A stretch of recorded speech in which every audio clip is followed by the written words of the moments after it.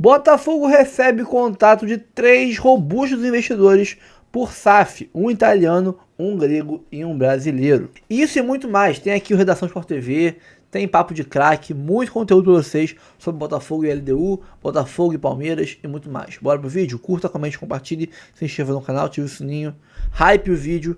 Bora pro vídeo, depois a gente volta. Paulo faça uma partida muito melhor do que fez em Medellín, porque é um time muito chato. Pois é, agora quando você perde 2 pênaltis, bota 2 bolas na trave, tem a chance de abrir uma boa vantagem para um adversário muito forte, que é o São Paulo, você se colocou numa situação difícil, né? E acho que o River vai passar pelo Libertad, palpite, e a gente vai ter um explosivo Palmeiras e River Plate. Bom, claro que tem a experiência da LDU e a altitude de Quito. Jogo duro também. Para a gente pensar num jogo de volta do Botafogo depois de fazer 1-0 em casa. Né? Um jogo resolvido em 13 segundos? 13. 14 que se conta ali, mas se você observa ali no reloginho ali, foi depois do 13º segundo, né? Um gol impressionante. Impressionante é ser 13 segundos. E a saída de bola foi da LDU. Esse que é o problema. O Botafogo ainda tomou a bola, teve tempo de tomar, armar o ataque e fazer o gol, né? E fez muito pouco depois, a verdade é essa, assim. Eu não sei quanto o gol condicionou o jogo, mas esperava-se um jogo que não teve. A LDU veio com uma formação ali com quase 5 zagueiros e mais um volante, esperava-se aquele jogo fechado. O gol levou muito menos tempo do que o mosaico, por exemplo, né? Sim, exatamente. Deve ter gente que não viu o gol, provavelmente. Jogo 7 horas da noite. Jogo 7 da noite, muita gente chegou com o placar de 1-0 já. O mosaico bem legal, né? A torcida fez um mosaico. Sempre, né? Tem acontecido. Em movimento. Em movimento, foi bem bacana. Agora eu fiquei bem frustrado com a atuação do Botafogo, principalmente depois de praticamente começar o jogo ganhando, né? Porque com 13 segundos você começa o jogo ganhando. E eu achei que o Botafogo deveria, por ter um time melhor, por estar jogando em casa, por ter feito o gol muito cedo, ter colocado as rédeas da partida debaixo do braço. E não foi o que aconteceu. O jogo ficou muito aberto, lá e cá, muito sem controle, os dois lados atacando e tendo que voltar rápido para marcar. Ficou uma correria meio louca, assim, né? Teve um momento do jogo que você não sabia quem estava dominando o jogo. Não tinha domínio. A bola batia, voltava de um lado, batia e voltava do outro. E acho que, assim, foi pior para o Botafogo, obviamente, porque, eu repito, tem um time melhor e tinha a chance de, pelo menos, fazer mais um golzinho em casa, né? Porque com 2-0 já é uma vantagem, parece assim, mas é só mais um gol, mas é uma vantagem bem mais confortável, né? Sim. Mas não cabe um elogio à LDU também, não? Cabe. É muito melhor, essa LDU que jogou contra o Botafogo foi muito melhor do que a LDU da fase de grupos, que estava inclusive no grupo do Flamengo, que era um time, assim, absolutamente fraquíssimo. Eu até cheguei, num dos programas que eu participei aqui no Sport TV, dizer que era a pior LDU dos últimos tempos que eu tinha visto jogar Libertadores. A da fase de grupos. Ainda assim se classificou em primeiro lugar. Mas isso diz mais sobre o poderoso Flamengo. Mas diz mais sobre o Flamengo do que sobre a LDU, né? Porque a primeira fase do Flamengo também foi abaixo da crítica. Mas ontem a LDU não achou que, por exemplo, bom, já que esse jogo começou 1-0 para eles, vamos terminar assim? Que aí a gente resolve em casa. E não foi isso. Não foi. Subiu a marcação. Acho que vale o elogio especificamente ao Thiago Nunes. Exato. O Thiago Nunes fez um trabalho ruim no Botafogo. Um trabalho que veio para tentar salvar aquela temporada. Foi bem mal. Foi mal, né? Mas que ontem foi muito bem e que deixou o David Ancelotti um pouco sem reação. Acho que, do mesmo jeito que o Thiago Nunes foi bem, o Ancelotti foi mal ontem. Foi mal, não conseguiu achar soluções para um encaixotamento da marcação da LDU em cima do Marlon Freitas e do Danilo. Eu falo que o Botafogo desperdiçou 89 minutos de jogo em casa ontem. Porque depois do gol, o Botafogo não conseguiu ter a bola. Tanto que a posse de bola em casa, 51-49, ali foi muito pouca. O Botafogo não conseguiu ter a bola, principalmente porque estava com uma marcação muito fechada em cima dos dois volantes, que são volantes passadores, volantes com boa qualidade de passe, que não conseguiam receber essa bola. Um jogo que, ofensivamente, dos laterais do Botafogo, ainda que o Alex Telles tenha dado essa assistência, não foi bom também. Eles não conseguiram cumprir esse papel de ser escapatória da bola na saída de bola, e o Botafogo acabou rifando a bola. Errou muito passe, rifando a bola para um atacante que não tem as mesmas características do Igor Jesus de conseguir segurar aquela bola, como o Arthur Cabral, que está se adaptando, fez um jogo com momentos ruins e bons, não está conseguindo. Essa mudança total... O Savarino e o Montoro ontem não conseguiram jogar. Aí acaba... Eles são a parte criativa do Botafogo, do meio para frente, né? Os caras que podem potencializar. O Arthur Cabral foi finalizar aquela bola que a gente viu ali no finzinho da partida. Eu achei que ontem o melhor jogador do Botafogo em campo foi o Barbosa. Barbosa e Vitinho. Ele se impôs, ele se impôs muito assim, na defesa e tentou armar o jogo. Como você falou, com o Danilo e o Marlon marcados, muitas vezes a saída foi com o Barbosa, né? Então eu achei que o Vitinho também marcou muito bem e tal, mas achei que a partida de imposição do Barbosa ontem foi muito boa. Pra gente ver, né?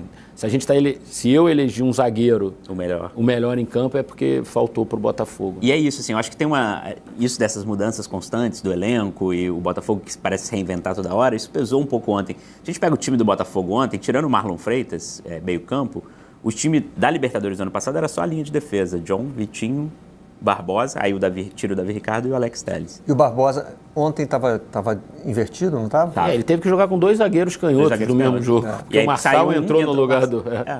Mas o Davi Ricardo já é canhoto também. Então foram 3 zagueiros canhotos. E vai ser problema no próximo jogo. Porque o Caio Pantaleão está 1 mês fora, já deve ficar mais 3 semanas fora.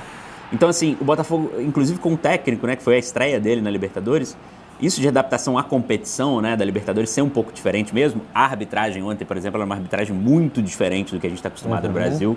Acho que no Brasil, por exemplo, esse gol com 14 segundos poderia ter risco de não sair, porque não foi falta, mas é um típica falta que no Campeonato Brasileiro marcam na hora que o Arthur Cabral consegue o roubo de bola. O Botafogo não soube se adaptar à competição. E quem foi melhor no jogo, Vitinho foi bem, Barbosa foi bem, o Alex Telles deu assistência, são jogadores que já sabem ali, que já estão acostumados com isso. Mas de resto, o Botafogo não foi bem, né? Savarino também muito mal, o Montoro fez, acho que sua pior partida depois da Copa do Mundo de Clubes, completamente engolido ali. E ficou uma vantagem pequena. O Botafogo é super capaz e acho que é favorito de passar. Mas é difícil não perder lá, né? Não perder para a LDU, ainda que seja de 1-0, é um pouco complicado. Só o Flamengo conseguiu na Libertadores esse ano contra essa LDU que estava bem chinfrinha. 0-0 lá, né? Um 0-0 que ainda o Flamengo poderia ter perdido. No final ali... Teve um lance perigoso. Teve uma cabeçada, né? Então, essa é a questão do jogo em Quito com a LDU, né? Como eles estão muito adaptados à atmosfera do jogo, à altitude... o jogo em Quito, ele de fato só termina quando o juiz apita, cara. Porque até a última bola, por conta da questão física, eles estão muito inteiros até a última bola. Eles ainda conseguem fazer aquela pressão, se eventualmente você precisar de um gol e tal, eles conseguem pôr a bola na área de qualquer jeito, de longe, e é escanteio, é falta. Eles conseguem um volume acima do normal. Para partes finais de jogo, sabe? Por conta da altitude. E essa é a questão que o Botafogo vai ter que enfrentar e se preparar. Eu estava até falando com o Miguel, nosso editor-chefe, que o Botafogo ele tem um pacote agora de 10 dias muito difíceis, que vai colocar à prova o elenco do Botafogo. Tem o jogo com o Palmeiras domingo, tem o jogo contra a LDU em Quito, depois o Botafogo vai a Caxias do Sul jogar contra o Juventude, depois volta e pega o Vasco em São Januário, pela Copa do Brasil. Então, são 10 dias a partir de agora, de 4 jogos duríssimos para o Botafogo, que de fato vai colocar o elenco à prova nesse recorte. Em termos de qualidade de equipe, o Botafogo é superior ao Juventude e superior ao Vasco. Só que concordo com você. São 2 times brigando para se afastar do Z4, fora de casa, num deles a rivalidade local envolvida. Então... Com jogo eliminatório. São jogos pesados, são 10 dias aí de jogos bem pesados. Que vai ter que tomar uma decisão sobre o Campeonato Brasileiro. Exato. Né? Tem esse jogo do Palmeiras que o Eric já falou aqui, que vai ser muito importante para a definição, mas eu não consigo ver, não é quase uma opção, é quase uma obrigação ter que poupar alguns jogadores contra o Palmeiras, se for pensar na LDU. O Botafogo já está um pouco afastado da briga do Brasileiro, ainda que ainda tenha chances, né? É um time com qualidade, tem chance. Mas é o único time, né? Tá na Libertadores, Copa do Brasil e Campeonato no Campeonato Brasileiro. Então, vai começar a pesar. Essas foram as mudanças feitas no jogo de ontem. O time melhorou um pouco no final do jogo. Matheus Martins entrou muito bem no jogo. Parece que está... É um jogador recuperado, né? Parece que é um jogador que está se recuperando e que vai brigar um pouco por essa vaga de titular, talvez na ponta direita, não na ponta esquerda, que o Botafogo já não quer, já sabe que não vai contratar um reforço, confia no Arthur. O Arthur caiu de novo de produção, então o Matheus Martins acho que entra como candidato aí, pensando que o Montoro vai se recuperar da atuação de ontem, que foi muito ruim. Eu acho que alguns jogadores, por exemplo, é muito risco você pôr para enfrentar o Palmeiras. O Barbosa é muito risco você pôr para colocar ele contra o Palmeiras, porque esse é um cara que vai ter que jogar em Quito de qualquer maneira. A questão da bola aérea, a questão da liderança. Mas não tem quem colocar no lugar do Barbosa? Essas mudanças aí batem com duas observações que o nosso amigo Diogo Mourão me enviou aqui. Ele foi ao jogo de ontem e percebeu que, primeiro, Marlon Freitas e Danilo é uma dupla com potencial, mas que vai precisar de tempo. Né? Sim. São características diferentes. O Gregóry era mais caçador do que o Danilo, né? E depois ele muda os 3 caras atrás do Arthur Cabral, que acabou ficando muito sozinho, na verdade. Né? O jogo ficou condicionado à bola longa e o Arthur Cabral brigando sozinho com a defesa da LDU. O Thales destacou um ponto que é muito importante. Assim, a LDU ela fez um bloqueio muito forte nos 2 volantes do Botafogo. Eles não tinham quase nunca a bola limpa para poder colocar o Montoro, o Savarino em condições de 1 contra 1, em condições de tabelarem. Então a bola não estava saindo muito limpa do campo de defesa do Botafogo para o ataque. Sabe? E aí é uma leitura boa que o Thiago faz, né? Muito boa. De conhecer como o Botafogo joga, né? O entendimento dos 2 volantes com o quarteto ofensivo a LDU é um time pobre, tecnicamente, mas fisicamente é um time que compete muito. Assim. Os caras correm muito, os caras dobram a marcação o tempo inteiro. E estava bem distribuído taticamente pelo Thiago, sabe? Então, eles estavam correndo certo, a LDU estava correndo certo, estava conseguindo chegar no tempo certo para bloquear. E fez uma partida, assim, taticamente muito boa. O próprio David Ancelotti falou que não imaginava ser tão pressionado pela LDU como foi. O técnico do Botafogo se surpreendeu com a boa postura do time equatoriano. E provavelmente agora, né, vai conhecer jogos da altitude. Eu não imagino o David Ancelotti já tendo participado. Ele foi com o pai para a estreia do Brasil e Equador? Porque foi lá, o Brasil e Equador foi lá, né? Ele já tinha saído. Não, foi lá. A estreia do Ancelotti foi lá contra o Equador, 0-0. Foi em Quito. Ah, não, foi em Guayaquil. Não, foi em Guayaquil. Foi Guayaquil. Não é que foi aqui. Eu nem me lembrava. Não foi na altitude. Foi Guayaquil. O Equador levou o jogo para o estádio do Barcelona. Isso, aqui foi o Brasil e Paraguai. Lá foi por causa de uma punição que eles não podiam usar 100% do estádio. E aí usaram um estádio maior. E o estádio do Barcelona é maior em também, Barcelona. Né? Consegue arrecadar e os jogadores do Equador têm começado a reclamar um pouco, os jogadores da seleção. É porque a maioria não joga na altitude. Né? Eles têm começado a reclamar de jogar na altitude. O Arthur Jorge, em 2024, estreou contra a LDU. Foi. E eu conversei com a equipe, não com o Arthur direto. Eles falam, as primeiras semanas nossas aqui foram uma loucura, e principalmente por causa desse jogo. A gente nunca tinha ouvido falar muito daquilo, entender. Foi quando ele começou a jogar com 4 atacantes, as pessoas falaram, nossa, o Arthur é louco, 4 atacantes e tal. Agora, se vale elogio ao trabalho do David Ancelotti, é a defesa, né? A defesa do Botafogo passou sem tomar gol de novo. São 13 jogos com o jogo de ontem, 3 gols sofridos. E aí... E mexida, hein? Mexida, sim. Mexida. E para pensar dar um otimismo pela classificação para o torcedor do Botafogo, com o Ancelotti, são 3 jogos fora de... É 100% de aproveitamento fora de casa até agora, né? Venceu o Sport, venceu o Vasco ali num campo neutro, venceu também agora perdi todos os jogos, mas ainda não perdeu ponto fora de casa. Mas vai enfrentar um fora de casa bem diferente do que é no Brasil, né? Sim. E se mantivesse esse desempenho, nem precisa ganhar mais uma fora de casa, basta manter o desempenho de não tomar gol. Não tomar gol. Né? Não tomar gol. Não foi. E o David não foi a Guayaquil. Não foi a Guayaquil, né? Não foi. Com o pai. Enfim, também não teria ajudado, né? Porque não ia ter a experiência da altitude. Me ocorreu dele poder pelo menos conhecer o ambiente, assim, né? Mas nem isso. O Botafogo ainda conhece um pouco o ambiente, né? O time, é o terceiro ano seguido que o Botafogo vai Mas não é todos os jogadores, né? O Botafogo muda muito de time. Empatou O Vitinho falou, por exemplo, que nunca jogou na altitude. Depois da partida de ontem, ele falou, eu nunca joguei na altitude. Porque quando ele chega, o Botafogo não só... Ele chega pro mata-mata da Libertadores. Né? Empatou em 2023, 0-0 pela Sul-Americana, ainda com o Luiz Castro. Em 2024, perdeu 1-0 na estreia do Arthur Jorge. Nunca, nesses 2 jogos, fez um placar que eliminaria, mas o 1-0 leva o jogo para o pênalti. O David Ancelotti falou na zona mista, né? Sim. Porque ainda não tem a licença completa da Comebol. Ele não assinou a súmula como técnico ontem. Foi o Caçapa que assinou. No começo aqui no Brasileiro foi assim. Primeiro jogo contra o Vasco, né? Isso, ele foi auxiliar de goleiro. Auxiliar de treinador de goleiro. Enfim, então vamos botar ele no pacote aí. Jogadores e treinador, todo mundo falando na zona mista.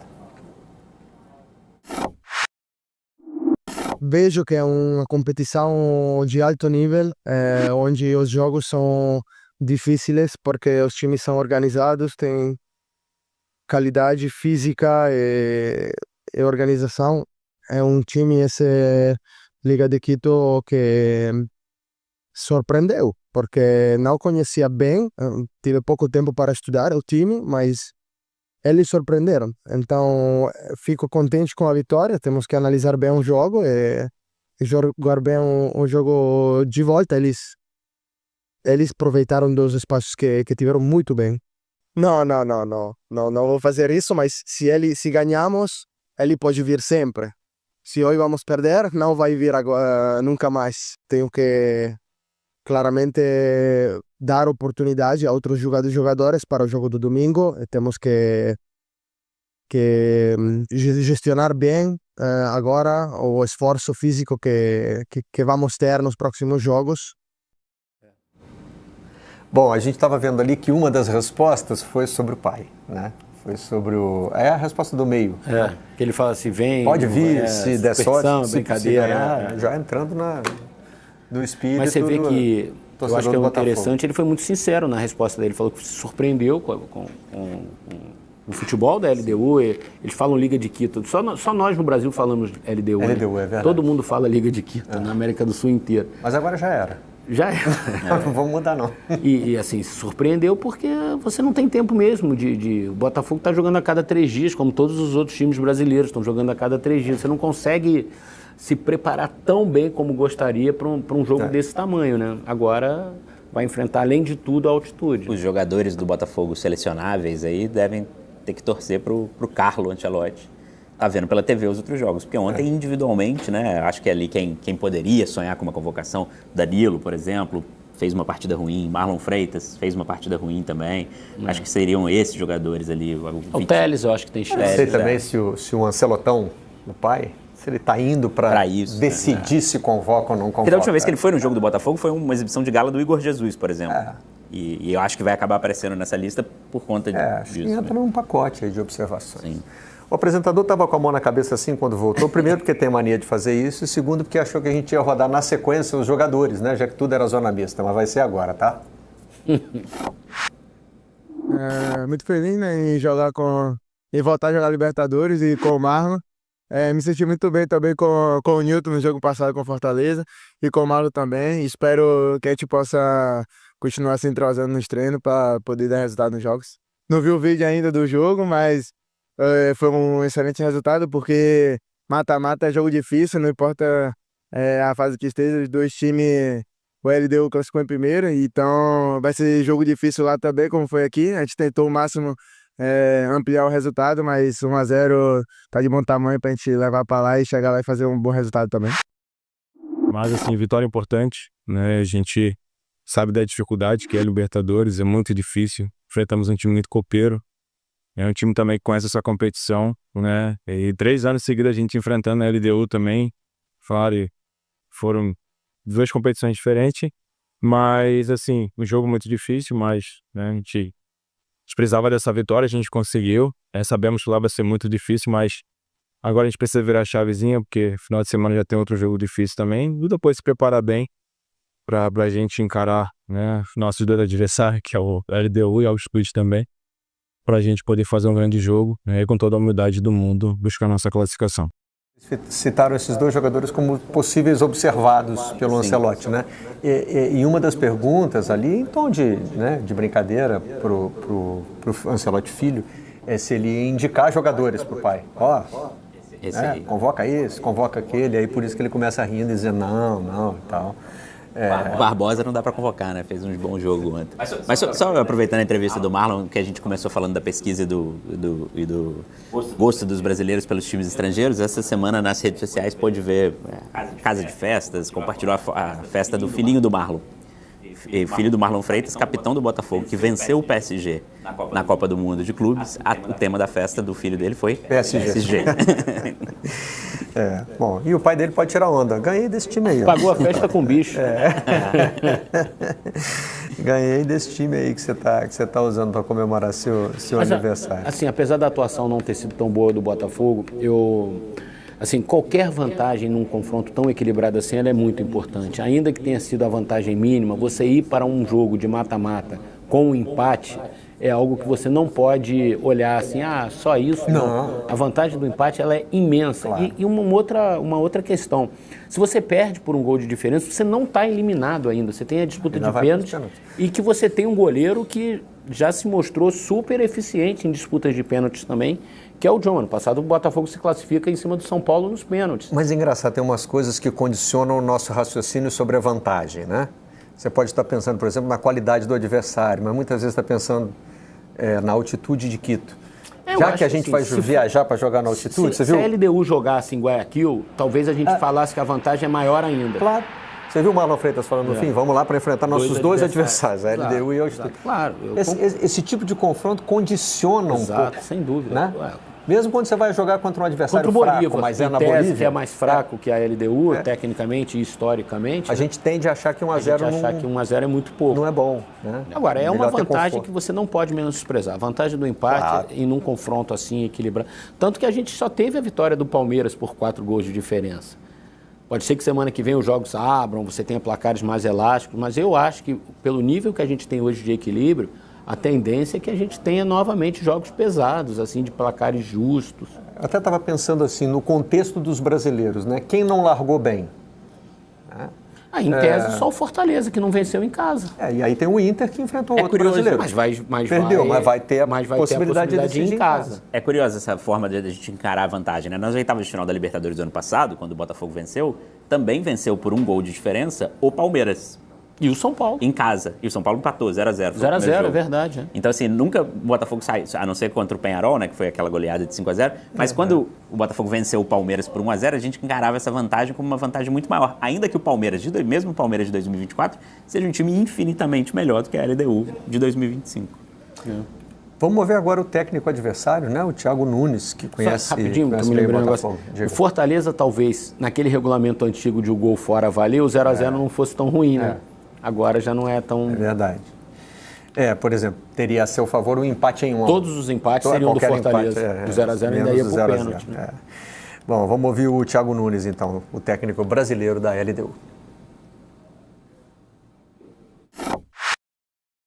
E do jogo, eu saí com uma sensação muito boa do jogo, né? Eu acho que o fato de tomar um gol muito cedo acaba atrapalhando qualquer planejamento, qualquer estratégia, mas eu fico com a reação do time, que no final das contas, mesmo com um gol em contra tão cedo, mostrou personalidade para reagir, mostrou que podia propor o jogo aqui dentro, tentou gerar situações de gol, colocar o Botafogo em dificuldades. E creio que no final das contas, claro que o futebol não tem isso de justiça e injustiça, né? A gente perdeu o jogo, mas poderia ser muito bem um jogo de empate se não fosse o primeiro gol. E a gente agora tem muita confiança que com o apoio da nossa torcida lá em Quito a gente possa reverter esse resultado. Vai bem na linha dos elogios que a gente fez à LDU aqui, né? Eu tenho curiosidade de saber o que seria o jogo sem esse gol. Acho que a LDU não se mostraria tanto time assim, não se fosse um 0-0, pela escalação e pelo que a imprensa equatoriana mesmo vinha falando desse jogo, de uma super retranca, falavam em linha de 6 e tudo mais para enfrentar o Botafogo aqui. O gol condicionou o jogo e talvez tenha melhorado o jogo para a LDU, mas é óbvio, tomar gol nunca é um bom negócio. Mas é muito de qualquer forma, uma reação positiva ao gol sofrido, né? Em vez de a gente se recuar mais. O Thiago, por ser brasileiro, ele conhecia bem o ambiente do Newton Santos, o gramado sintético, então algumas das coisas assim, ele pôde ter a seu favor nesse confronto, né? E é legal vê-lo desbravando outros mercados aqui na América do Sul, né? Ele já tinha trabalhado no Sporting Cristal do Peru, na Universidade Católica. Na Católica, e agora ele está no futebol equatoriano. Bacana, eu acho que é interessante a gente poder fazer isso mais vezes, né? A gente teve uma época que exportava muitos técnicos para o futebol paraguaio, né? Cerro Porteño teve uma escola de técnicos brasileiros, né? Carpegiani dirigiu a seleção paraguaia em Copa do Mundo. Antônio Lopes dirigiu o Cerro Porteño, o Espinosa dirigiu o Cerro Porteño, enfim, é bom. Bom, para fechar sobre Botafogo, na verdade a gente vai voltar a esse tema depois, na participação do Irlan Simões, mas é só porque essa notícia é mais quente, né? Botafogo diz que robustos investidores, tá, entre aspas, porque a declaração é do presidente da associação, que está ali na foto, né? Mostram interesse em comprar a SAF. Isso entra aí no bojo da discussão, né, sobre... isso aí foi uma ação da... O Botafogo se manifesta no processo que a Eagle faz contra a SAF do Botafogo. O Botafogo Associativo fez essa manifestação dentro do processo e ainda que tenha esse destaque, que o Botafogo diz que robustos investidores estão ali, o Botafogo está chamando atenção para os seus 10%, né, nessa manifestação. Tenho 10% das ações e preciso decidir, preciso ser parte dessa briga, e é nessa briga, ainda que as coisas ainda estejam acontecendo, o tabuleiro esteja mexendo, nesse momento o Botafogo Associativo mostra total apoio ao John Textor nessa briga, né? E a manifestação, para além dessa declaração, deixa isso muito claro por enquanto, que o Botafogo apoia o Textor na briga contra a Eagle como holding, que ainda é uma empresa que o Textor tem 65% das ações, mas que ele não tem a caneta, né? Porque quem manda hoje dessa situação mais ampla, o Irlan vai falar com a gente daqui a pouquinho. Ficamos devendo as imagens do Ancelotti, não foi? No Newton Santos. Vamos fechar aí com o técnico da seleção brasileira. Está ali acompanhado do Juan. O Rodrigo Caetano estava em pé ali atrás, não é isso? É a mesma turma que foi ao Maracanã ver Flamengo e Inter, né? A diferença é que conheceu o trânsito de um jogo às 7 da noite indo para o Engenho de Dentro. Né? Pode ter se programado, pode ter saído mais cedo, né? Fala, Rodrigo Brandão do Botafogo.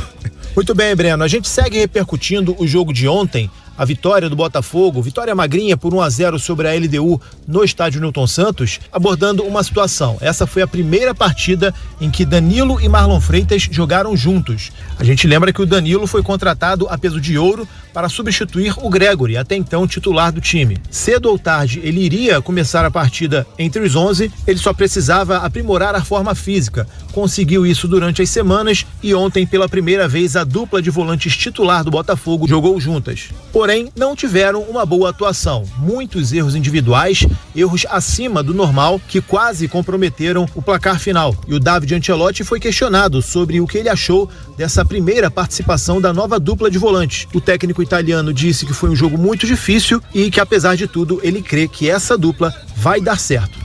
Sim, não foi um jogo fácil para eles porque tiveram a pressão da Liga de Quito em cima e não esperávamos um jogo assim para eles.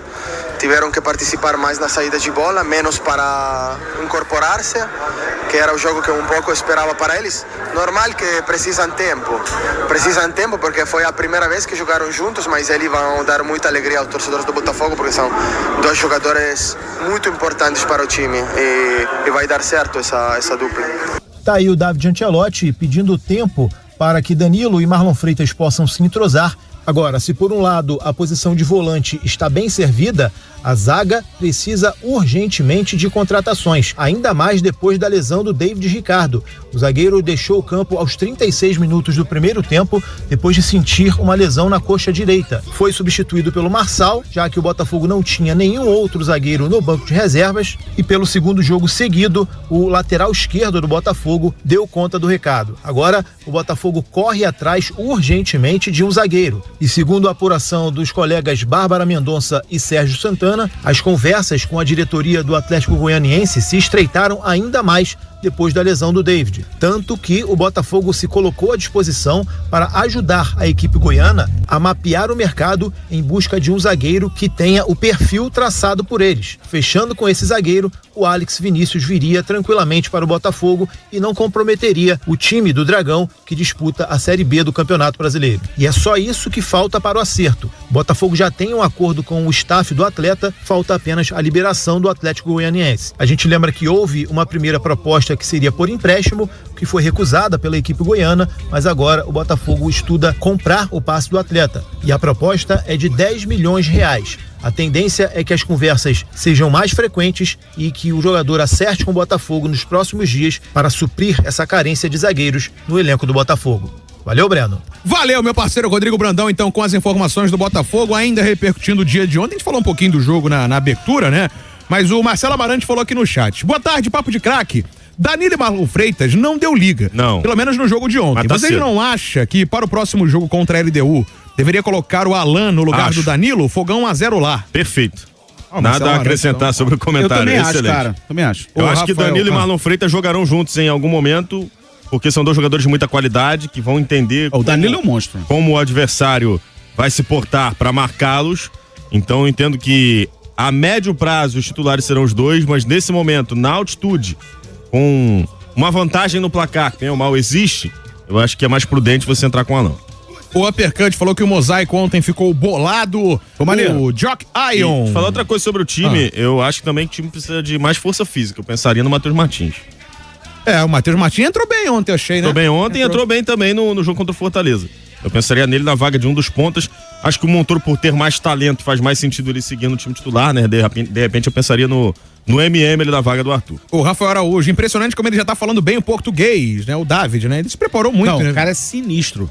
Então, a coletiva dele nem parece que ele é estrangeiro às vezes. Foi o que eu falei, né? Já aqui algumas vezes. Quando você percebe em algumas pessoas do futebol que tem pessoas que são diferenciadas. Infelizmente, tem muita gente que deixa de mão, larga de mão esse negócio de estudar e tal, acha que é besteira e tal, mas no futebol, quando o cara se destaca, Felipe Luiz era um. Nas entrevistas dele, antes, quando era jogador, você via, pô, esse cara vai seguir carreira como técnico e tal. Né? E o David, 35 anos, tudo bem. Ele é italiano, né? Fala bem espanhol, então pro português seria uma adaptação. Mas é óbvio que tem que se preparar pra isso, não é tão simples. Ele deve ter feito o intensivão e deve estar fazendo o que tá falando muito bem em português, né? A comunicação dele tá fluida, tá sensacional. O Bruno Colodetti tá por aqui também. O Ricardo Talentoso, não tem nenhum zagueiro na base, pelo amor de Deus, por isso não revela ninguém. Tem, mas a questão é confiança pra botar pra jogar. Às vezes o cara, ele tem capacidade de jogar no time sub-20, mas não tem o senso de posicionamento, não tem a qualidade, não tem a parte física apurada pra jogar um jogo dos profissionais. Difícil, gente. Vamos dar um exemplo do Vasco, do co-irmão. O Luiz Gustavo é craque na base, narrou vários jogos do sub-20. Talvez saia, tá? O Luiz Gustavo joga muito, é um excelente esse pelo zagueiro. menos tem alguns minutos em campo. Tem, mas aí por exemplo, quando ele... Davi Schwindt também joga pra caramba, então, mas ele não joga diferente. quase. Mas olha só, quando o cara sai do sub-20 e vai pro profissional, é quase que outro esporte. É outra parada, irmão. Eu já contei isso aqui no ar, já conversei com algum fisiologista e tal. Eles falam que, dependendo do jogador, da posição e tal, o cara corre às vezes o dobro do que corre na base. Fora a intensidade, a pancadaria. Gente, jogo de futebol é pegada, é trocação ali, pancada pra lá, pancada pra cá. Aí você bota um garoto, por exemplo, Botafogo e Palmeiras. Bota um garoto pra marcar o Flaco Lopes. Ele não vai ter a malandragem de marcar o cara, marcar o Vitor Roque. Ele não tá preparado pra um jogo desse tamanho, por mais que ele tenha talento. A não ser que seja um extra classe. O que é um cara extra classe? Vitor Reis, com 19 anos, estava sendo titular do Palmeiras. Hendrick, com 16. Multicampeão, Hendrick, Estevão. E o Vitor Reis, eu nem sei se vai ser esse craque todo. A gente ainda vai descobrir. Mas com 19 anos, 18 anos, ele conseguia jogar com frequência. E era um titular extremamente importante no Palmeiras. E a gente pode trazer um exemplo negativo. O Matheus Nascimento. Eu ia falar dele, que também entrou com 16, foi tão exigido e a galera pegou no pé e ficou quase que um ex-jogador em atividade na visão de muitos, o que é uma grande mentira. Eu entendo não utilizar, tá? Nesse ponto eu entendo, acho que faz mais sentido você colocar um cara com experiência, que é o Marçal. Agora, ele vai jogar torto, ele não vai conseguir ganhar os duelos aéreos, mas vai ter a malandragem que às vezes um jogo desse tamanho precisa. 99557-1013, vamos pro zap, fala aí. Fala, galera do Papo de Craque 2, boa tarde. Matheus de São Gonçalo. Fala, Matheus. Em relação ao jogo do Botafogo de ontem, eu escutei vocês comentando que o Arthur Cabral iria entregar mais gols do que o Igor Jesus. Porém, o Igor Jesus tinha uma dinâmica melhor, né, de segurar mais a bola e distribuir melhor as jogadas. Isso não pode estar impactando aí um mau desempenho também no Botafogo? Um abraço aí e bom trabalho. Eu prefiro não comparar assim, porque sempre gera esse tipo de... Não, então... de repercussão da galera. Esse comentário existiu e procede. O Arthur Cabral é um goleador, o Igor Jesus não é.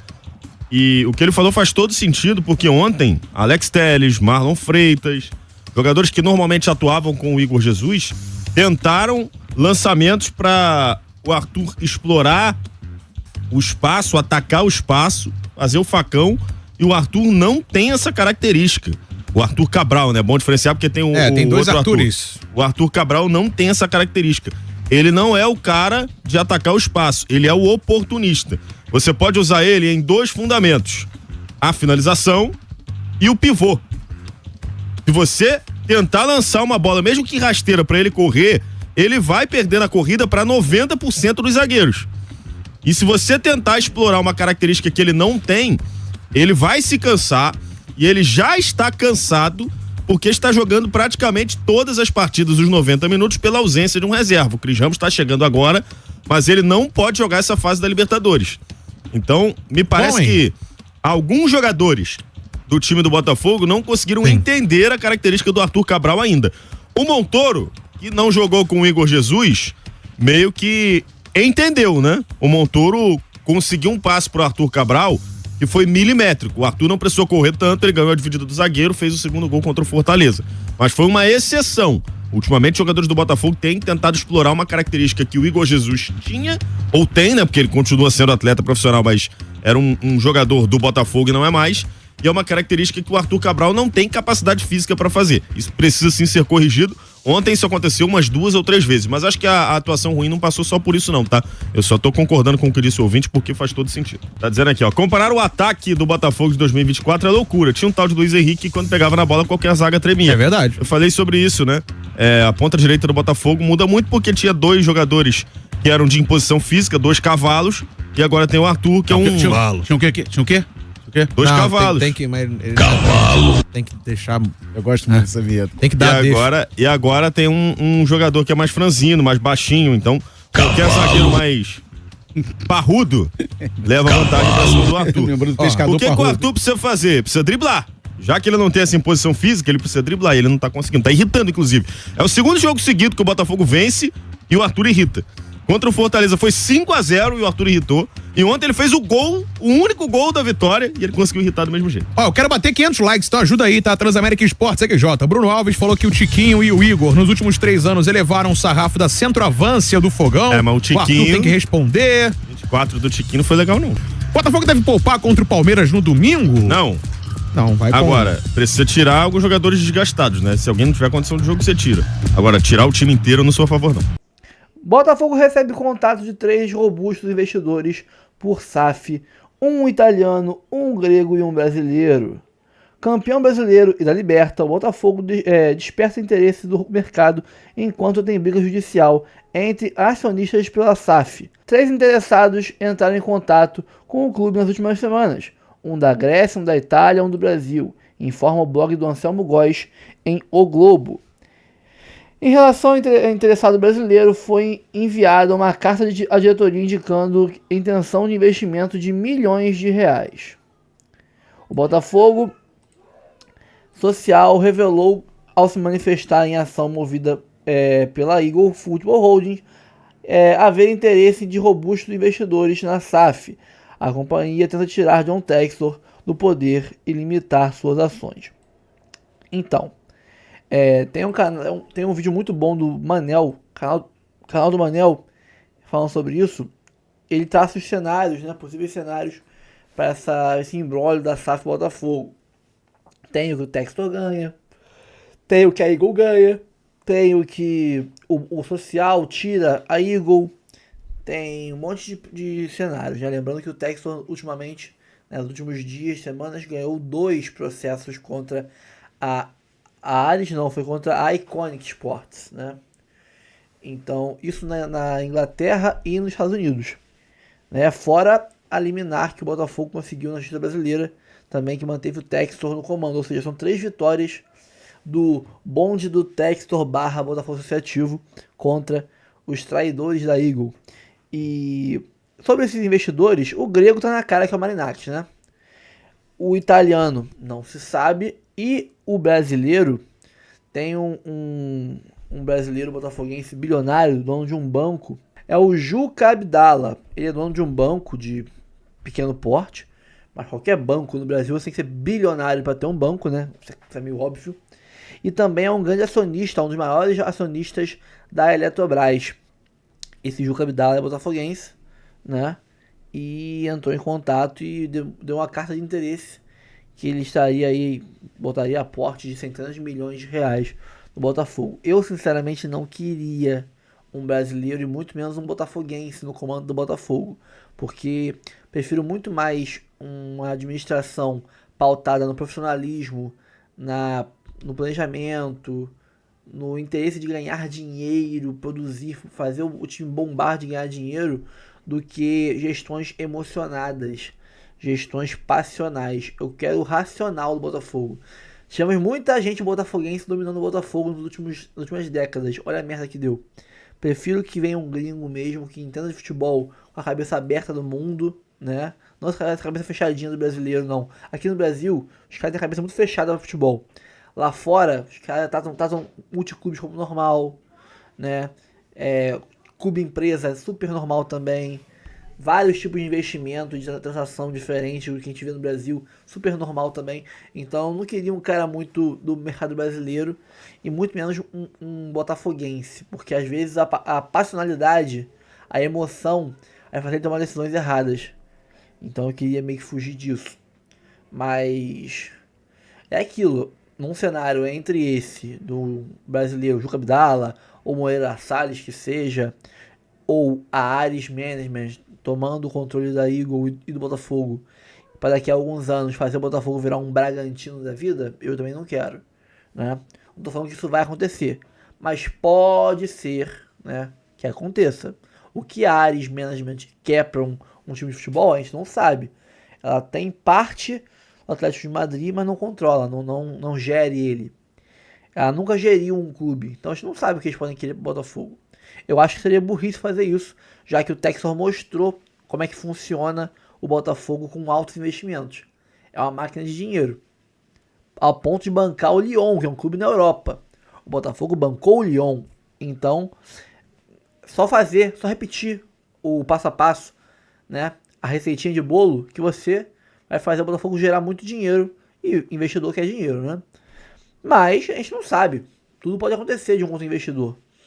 Então, entre um investidor frio que vai querer fazer o Botafogo virar um Red Bull, ou um passional que quer fazer estilo Pedrinho em BH, eu prefiro o estilo Pedrinho em BH. Não é o ideal, mas é melhor do que um Bragantino.